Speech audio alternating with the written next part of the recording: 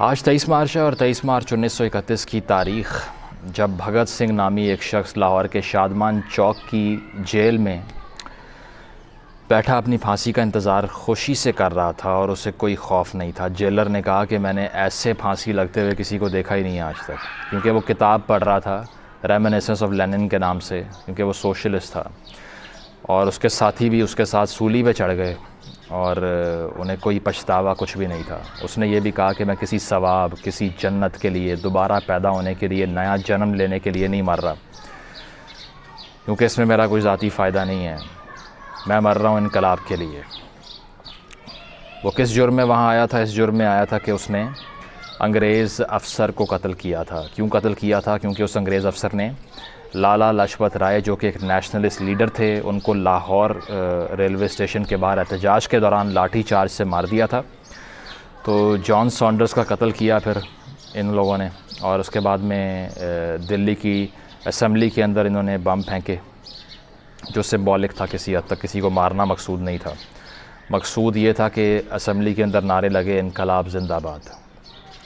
और आज तक हम सरफरोशी की तमन्ना से जब बात शुरू करते हैं तो ख़याल आता है भगत सिंह का। भगत सिंह एक ऐसा इंसान था जिसको किताबों से इतनी मोहब्बत थी कि लोग कहते हैं कि वो एक साल में 200 से 300 किताबें पढ़ लिया करता था। एक इंटेलेक्चुअल भी था और एक रेवोल्यूशनरी तो था ही, और साथ ही साथ उसने इस मुआशरे की, बर्रे सगीर के अंदर, हिंदुस्तान के अंदर जो रवायात थी उसको अपने जहन से उठाकर बाहर फेंक दिया, अपने लिए ख़ुद सोचना शुरू किया, जो कि एक असल रेवोल्यूशनरी की सबसे बड़ी खूबी होती है। और उसको कोमेमोरेट किया जाता है पूरी दुनिया के अंदर। बर्रे सगीर के अंदर वो एक रेजिस्टेंस का सिंबल बना, राइटिस्ट के लिए भी, नेशनलिस्ट के लिए भी, सोशलिस्ट के लिए भी, कम्युनिस्ट के लिए भी, सब के लिए। लेकिन मैं बात करूंगा अपने मुल्क की, क्योंकि उसके अलावा बहुत बात हो चुकी है। 23 मार्च को अगर हम देखें तो करारदाद पाकिस्तान भी मंजूर हुई थी, जिसकी असल तारीख 24 मार्च है, लेकिन उस पर मैं बात नहीं कर रहा क्योंकि उस पर बहुत लोग बात करते हैं, बचपन से हम सब सुनते आ रहे हैं। और मेरे ब्लॉग बनाने का मकसद ही ये है कि उन इशूज़ पर बात करूं जिस पे बात नहीं हो रही। तो इस तरह से 23 मार्च को भगत सिंह को फांसी के फंदे पर लटका दिया जाता है। और आज के पाकिस्तान में शायद ही किसी बच्चे को भगत सिंह का नाम मालूम हो। As a news anchor and as a broadcaster and a journalist, no channel in Pakistan, आज की तारीख़ में कोई चैनल, कोई अखबार भगत सिंह को कोमेमोरेट नहीं करता। कहीं दिखाया नहीं जाता कि भगत सिंह भी हमारा हीरो है, कहीं बताया नहीं जाता कि उसकी सर्विसेज क्या थी। वो आपके लायलपुर में पैदा हुआ था, जिसका नाम आपने फैसलाबाद रख दिया शाह फैसल के नाम पर, जो कि सऊदी था।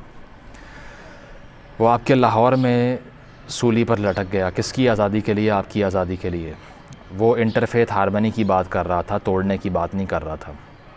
और आपकी इतला के लिए, जो इंडियंस देख रहे हैं या जो पाकिस्तानी हैं, उनके लिए बताना चाहूँगा कि जो शादमान चौक है, बहुत अरसे से एक यहाँ पर बैटल चल रही है, लीगल बैटल भी, और दरख्वास्तें हाई कोर्ट में पड़ी हुई हैं कि उसका नाम बदल कर भगत सिंह चौक रखा जाए, उस जगह का जहाँ पर उसको लटकाया गया था, कैपिटल पनिशमेंट मिली थी। लेकिन पास ही एक मस्जिद मौजूद है जहाँ पर लोग आके इकट्ठे हो जाते हैं और वो कहते हैं ख़बरदार, ऐसा नहीं होने देंगे, भगत सिंह का नाम यहाँ पर नहीं आएगा। वो एक हिंदू था, आप हबीब जालिब के नाम पर रख लें इस चौक का नाम, जिसके मर्ज़ी नाम पर रख लें, लेकिन एक हिंदू का नाम जो है ना, वो हम एक्सेप्ट नहीं करेंगे कि हमारी सरज़मीन पे वो लिया जाए किसी चौक के नाम से। उनको इतना भी नहीं मालूम कि वो हिंदुज़म पे या सिखिज़म पे बिलीव ही नहीं करता था। ही वॉज़ एन एथीस्ट, जो गॉडलेस इंसान था, जिसने कहा था कि मेरा मकसद रेवोल्यूशन है बस, और कुछ भी नहीं है। लेकिन यहाँ पर प्रेजुडिस इतनी है, नफ़रत इतनी है कि आप यहाँ पर जो लोगों के गले काटते हैं, उनके नामों पर गली मोहल्ले रख देते हैं, उनके नाम पर चौक रख देते हैं, उनके नाम पर सड़कें रख देते हैं। लेकिन एक रेवोल्यूशनरी जिसने आपकी आज़ादी के लिए जान दी, उसके बारे में बात करने को तैयार नहीं है।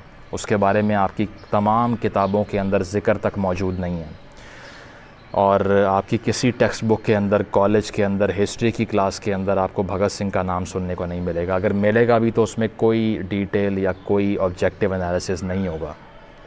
उसकी वजह क्या है? उसकी वजह यह है कि आपने अपनी आइडेंटिटी को फॉर्ज किया है, आपने अरबाइजेशन की है, आपने इन्वेडर्स के नामों को कबूल कर लिया है। लेकिन जो सन ऑफ द सॉइल थे, जो यहाँ पैदा हुए, यहाँ ज़िंदगी गुजारी, यहाँ के लिए लड़े, लोगों की आज़ादी के लिए जद्दोजहद की और यहीं पे फांसियाँ लग गए।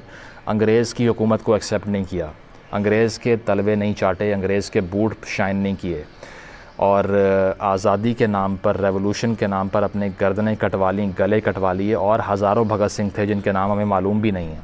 ये तो मशहूर हो गए इसलिए हमें पता चल गया, उनके नाम को कोई नहीं जानता। यहाँ पे पाकिस्तान की रियासत के अंदर इस वक्त सिर्फ़ वो हीरोज़ हैं जिन्होंने बाहर से आकर यहाँ लूट मार की और यहाँ पर यूनिवर्सिटियों को आगे लगाई, उन्होंने मंदिर तोड़ दिए, उन्होंने अपनी मर्ज़ी का यहाँ पर लॉ एंड ऑर्डर इन्फोर्स कर दिया और महकूम बन गए। जिनकी ज़बान भी हिंदुस्तानी नहीं थी उनको हमने सीने से लगा लिया और जो सन ऑफ द सॉइल थे उनको हमने उठा के बाहर फेंक दिया। कितने बच्चे होंगे पाकिस्तान में आज जो वाकिफ़ होंगे भगत सिंह की लेगेसी या तारीख़ से। हमारे यहाँ पे अनफॉर्चुनेटली जो हीरोज़ हैं सारे जिनको सेलिब्रेट करते हैं हम लोग वो थे जिन्होंने एक कोड़ा नहीं खाया, जिनको एक खरोश, एक खराश जो भी है, जिनको एक दिन की जेल नहीं भुगतना पड़ी अंग्रेज़ के ख़िलाफ़, जिन्होंने कोई स्ट्रगल नहीं की, जिन्होंने आवाज़ ही बुलंद नहीं की, जो हमेशा से ब्रिटिश विंग के साथ रहे, जिन्होंने सर के ख़िताब लिए, उनसे नाइटहुड लिया, जिन्होंने उनकी शान में कसीदे पढ़े और जिन्होंने उनकी नौकरियां कबूल की, वो सब हमारे आज हीरोज़ बन गए हैं।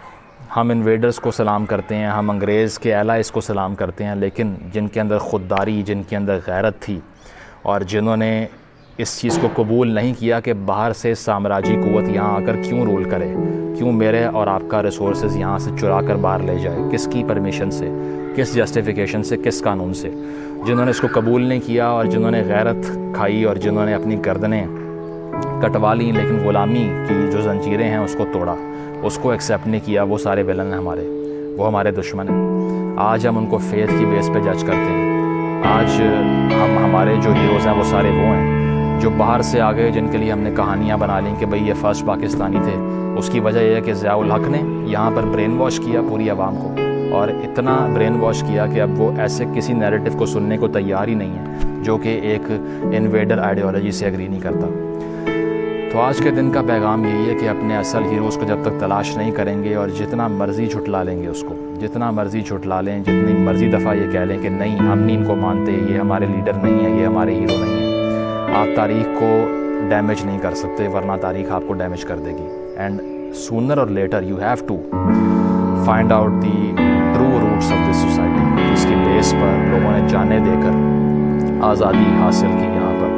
और जिन लोगों को हम आज़ादी हमें बख्शने का क्रेडिट देते हैं वो लोग, उनकी स्ट्रगल क्या थी उसको आप कंपेयर कर लें इस चीज़ से और फिर आपको मालूम हो जाएगा कि हम कहाँ पर खड़े हैं। तो भगत सिंह शहीद को आपकी रिकग्निशन की ज़रूरत नहीं है, ना उसको एक चौक का नाम रखने की ज़रूरत है, आपको ज़रूरत है उसकी आइडियोलॉजी की, उसकी इंटेलेक्चुअल लेगेसी की। क्योंकि अगर आपने स्ट्राइव करना है तो आपको ये कन्फ्यूजन दूर करनी पड़ेगी कि हम आए कहाँ से और हमने जाना कहाँ है।